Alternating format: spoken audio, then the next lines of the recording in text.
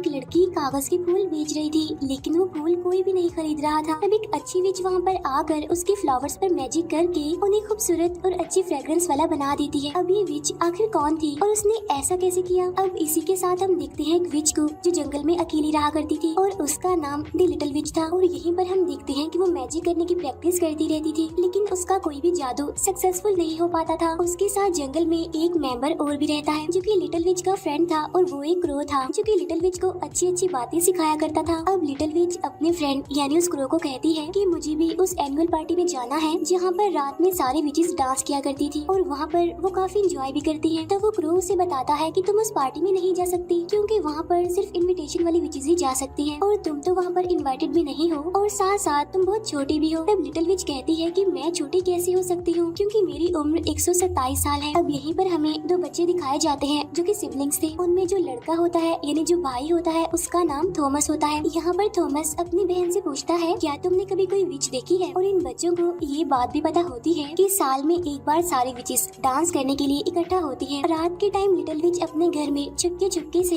अपनी magical broom यानी जादुई झाड़ू उठाकर अपने घर से निकल जाती है। वो कोशिश करती है कि वो क्रो उसे ना देख पाए और वो उसी माउंटेन पर पहुंच जाती है जहाँ पर सारी बड़ी विचेस पार्टी कर रही थी। तब लिटिल विच सोचती है कि कोई भी उसे पहचान नहीं पाएगा और वो भी यहाँ सभी के बीच शामिल हो जाएगी। लेकिन तभी वहाँ पर एक पुरानी विच जिसका नाम रम्पम्पेल होता है वो लिटिल विच को पकड़ लेती है और वो सभी को बताती है कि देखो हमारे बीच एक विजिटर आई है, मीन्स बिन बुलाई मेहमान, जो कि अभी छोटी है। जिस पर लिटिल विच कहती है कि मैं छोटी नहीं हूँ, मैं बड़ी हो गई हूँ। फिर लिटिल विच अपनी उम्र बताती है। तब वो सभी कहती हैं कि तुम अभी बहुत छोटी हो, तुम में से तो अच्छी खुशबू आ रही है, साथ साथ तुम्हारे फेस पर कोई रिंकल्स भी नहीं है। क्या तुम नहीं जानती कि यहाँ पर आना सख्त मना है जब तक कि तुम्हें कोई इनविटेशन ना मिले? तब लिटिल विच कहती है कि मैं भी आप लोगों जैसा बनना चाहती हूँ और मैं आपकी बात मानूंगी, आप जैसा कहेंगी मैं वैसा ही करूंगी। तब सारी विचेस सोचती है कि इसे पनिशमेंट दी जाए और कोई आम पनिशमेंट नहीं बल्कि बुरी से बुरी पनिशमेंट। तभी हेड विच लिटिल विच के सामने एक काफी बड़ी बुक रखकर उसे कहती है कि ये एक बड़ी सी किताब है और इसे तुम्हें 1 साल के अंदर पूरी याद करनी है और अगले साल आज के ही दिन तुम्हारा टेस्ट होगा और अगर तुम पास हो गई और इस बुक में लिखी गई सारे स्पेल्स तुमने याद कर ली तो तुम्हें भी यहाँ पर बुलाया जाएगा। लेकिन बाकी विचेस इस बात पर एग्री नहीं करती और वो कहती हैं कि इसे कोई ना कोई पनिशमेंट तो मिलनी ही चाहिए, तो क्यों ना हम इसके बाल ही जला दें और या फिर हम इसे मिट्टी के अंदर ही गाड़ दें। तब रम्पम्पेल कहती है कि इसकी मैजिकल ब्रूम यानी जादुई झाड़ू ले लेनी चाहिए। तब ये लोग ऐसा ही करती हैं और वो लिटिल विच की झाड़ू ले लेती हैं और उसे जला भी देती हैं। अब क्योंकि झाड़ू के बगैर तो लिटिल विच अपने घर नहीं जा सकती थी, इसीलिए वो 3 दिन का लंबा सफर पार करके इस भारी बुक को उठाकर पैदल ही अपने घर जाना पड़ता है। अब किसी न किसी तरह करके लिटिल विच इस बड़ी सी भारी सी बुक को लेकर अपने घर फाइनली पहुंच जाती है, जहाँ पर उसका क्रो उससे कहता है कि तुम्हें वहाँ पर जाना ही नहीं चाहिए था, तुमने गलती की है ये। तब लिटिल विच उसे वहाँ की बातें बताने लगती है कि वहाँ पर बहुत मजा आ रहा था, सारे लोग काफी इंजॉय कर रहे थे, डांस कर रहे थे और इसी के साथ मैं रम्पम्पेल पर भी काफी गुस्सा हूँ क्योंकि उसने मेरी जादुई झाड़ू ले ली और उसे जला दिया और मैं उससे बदला लेना चाहती हूँ। ये कहकर लिटिल विच वहाँ पर एक फेस ड्रॉ करती है जो कि काफी खौफनाक लग रहा था। फिर लिटिल विच कहती है कि एक दिन मैं रम्पम्पेल को ऐसा बना दूं और अब वो उस बुक को खोल लेती है, वो बड़ी सी बुक जहाँ से उसने सारे स्पेल्स याद करने थे, लेकिन वो स्पेल्स अभी तक उसे ठीक से बोलने भी नहीं आ रहे थे, इसीलिए वो कोई ना कोई गड़बड़ करती रहती थी।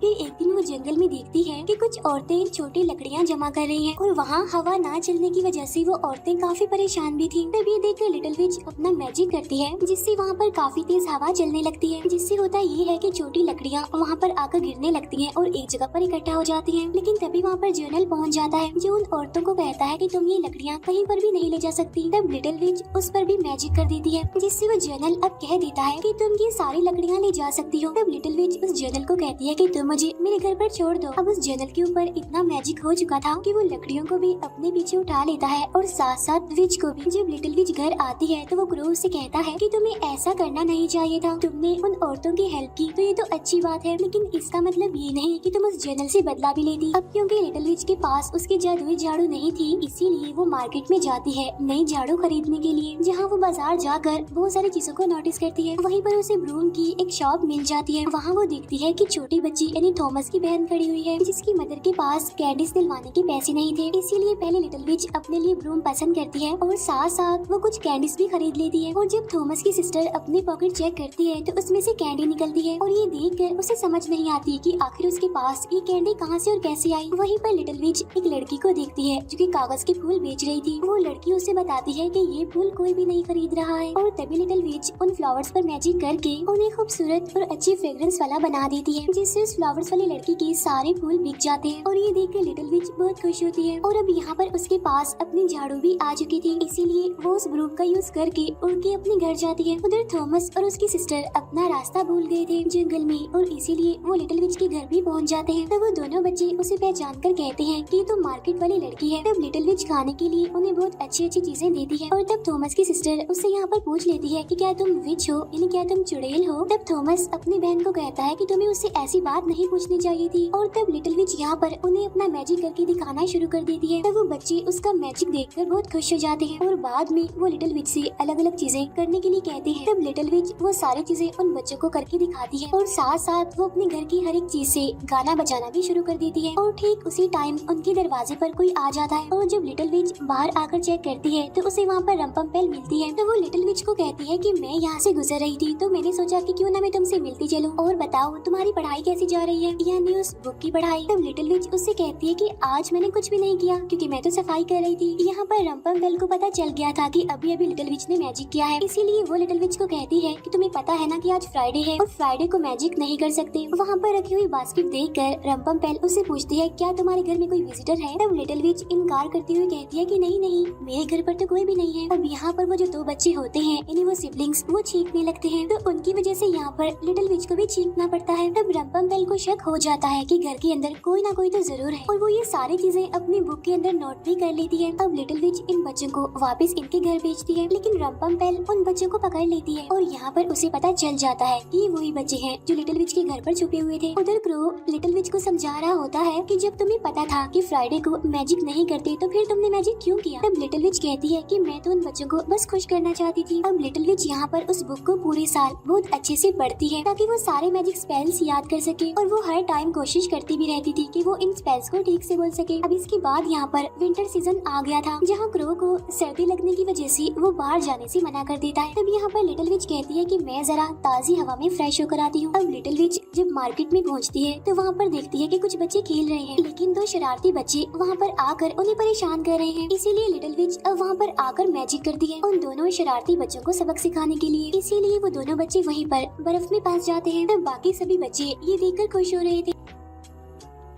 और जब उनमें से एक बच्चा उदास होकर वहाँ से जाने लगता है तो लिटिल विच उसका पीछा करती है और यहाँ पर रंपम्पेल भी मौजूद थी। लिटिल विच उस बच्चे से पूछती है कि तुम मुझे थोड़ा परेशान लग रहे हो तो मुझे बताओ कि आखिर क्या बात है। तो वो बच्चा बताता है कि जो आदमी मुझे मार रहा था असल में वो मेरे फादर है और उन्हें जुए की लत लग गई है और वो सारे पैसे उसी में वेस्ट कर देते हैं। तभी सुनकर लिटिल विच उस बच्चे की हेल्प करती है और रात में वो उसी जगह पर पहुँच जाते हैं जहाँ पर उस बच्चे के फादर जुआ खेलने आया करते थे और वो लोग वहाँ पर गेम खेल रहे थे जहाँ पर मैजिक होने की वजह से वो बॉल बार बार वुडन फ्लोर से टकरा रही थी, जिसकी वजह से वो पूरी जगह टूट जाती है और तब उन लोगों को धक्के देकर वहाँ से निकाल दिया जाता है जिनमें उस बच्चे के फादर भी शामिल थे। तब वो बच्चा अपने फादर की हेल्प करता है। तब यहाँ पर उसके फादर को भी रियलाइज हो चुका था कि उसने अपने बच्चे को गलत ही डांटा था। अब ये चीज रंपम्पेल भी नोटिस कर रही थी कि जो लिटिल विच है वो तो एक अच्छी विच है, सबके साथ अच्छा करती है, खुश करती है, सबको भलाई करती है सबके साथ। जब लिटिल विच अपने घर पहुँचती है तो उसे हर जगह पर कैंडल जलती हुई दिखाई देती है और इसी के साथ उसे वहाँ पर केक भी नजर आता है। अब ये सब कुछ उस क्रो ने किया था क्योंकि आज लिटिल विच का बर्थडे होता है और आज वो पूरे 128 सालों की हो गई थी। फिर एक दिन रंपम्पेल लिटिल विच के घर के बाहर आती है जहाँ पर वो लिटिल विच को इनविटेशन देती है एनुअल पार्टी में आने के लिए। साथ साथ वो उसे ये भी कहती है कि तुम्हें याद है ना कि तुम्हारा टेस्ट है। तब लिटिल विच उससे कहती है कि जाकर बता दीजिएगा, मैं बिल्कुल तैयार हूँ, पूरी तैयारी के साथ आऊंगी मैं और मैं एक अच्छी विच बनकर दिखाऊंगी। और आज वो दिन आ चुका था जिस दिन लिटिल विच का टेस्ट होने वाला था और वो एक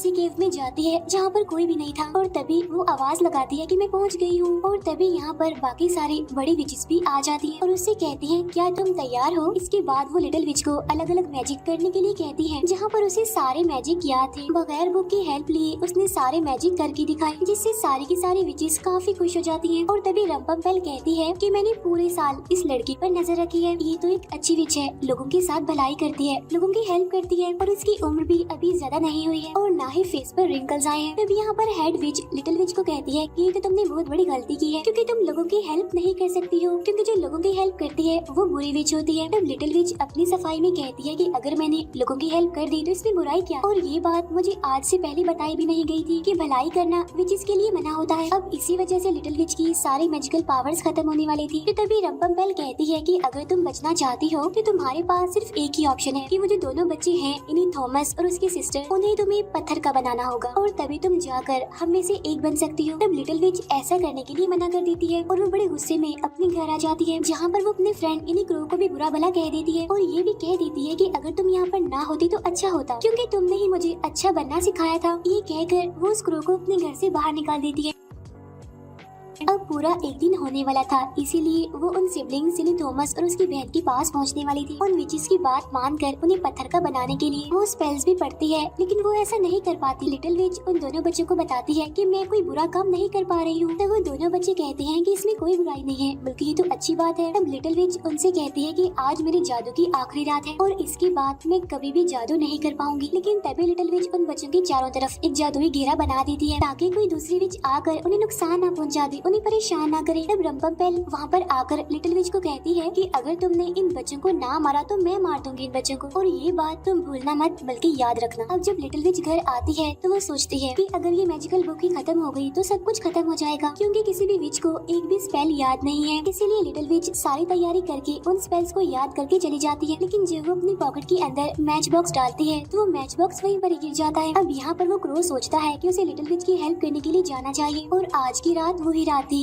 जिस रात सभी विचेस मिलकर डांस करती थी। अब लिटिल विच वहाँ पर आकर जादू करने लगती है। वो सभी की ब्रूम एक साथ बोन फायर में डाल देती है और इसी के साथ वो सारी मैजिकल बुक्स को भी बुला लेती है और उन्हें भी वो बोन फायर में डाल देती है। लेकिन उसके पास मैच बॉक्स नहीं था और एक मिनट के लिए वो भी स्पेल्स बोलने लगती है और इसी वजह से सारी विचेस उस पर भारी पड़ने लगती है। लेकिन तभी यहाँ पर लिटिल विच हेड विच को एक फ्रॉक में बदल देती है। अब यहाँ पर वो सारी विचेस हंस तो रही थी, लेकिन रंपम्पेल वहाँ से गायब हो जाती है। अब यहाँ पर वो क्रो भी पहुँच चुका था लिटिल विच की हेल्प करने के लिए वो मैच बॉक्स लेकर। अब लिटिल विच अपना मैजिक करके वहाँ की सारी विचेस को फ्रॉक में बदल देती है। उसे अपनी गलती का एहसास होता है और वो अपने क्रो को गले से लगाती है। और अब जैसे ही वो बड़े से बोन फायर को आग लगाने ही वाली थी कि तभी उसे रंपम्पेल मिल जाती है, जिसे लिटिल विच हमेशा से ही एक अलग जानवर बनाना चाहती थी। और फाइनली लिटिल विच उस पर अपना मैजिक करके उसे खौफनाक से जानवर में बदल देती है। इसके बाद लिटिल विच उस बोन फायर में आग लगा देती है, जिससे सभी की मैजिकल ब्रूम्स और वो बुक्स भी जल जाती है और वो सारी विचेस जो कि फ्रॉग बन गई थी वहाँ से दूर भाग गई थी। अब लिटिल विच और उसका फ्रेंड क्रो वहाँ पर अकेले ही थी, जो कि अकेले ही इस जगह पर एंजॉय करने लगते हैं, डांस करने लगते हैं। अब लिटिल विच इतनी ज्यादा खुश होती है कि वो पूरी रात वहाँ पर डांस करती रहती है और कहती है कि अब यहाँ पर कोई भी बुरी विच नहीं आएगी। इसके बाद हम देखते हैं कि लिटिल विच अपने क्रो को भी मैजिक करना सिखा रही थी और इसी के साथ ये मूवी यहीं पर एंड हो जाती है।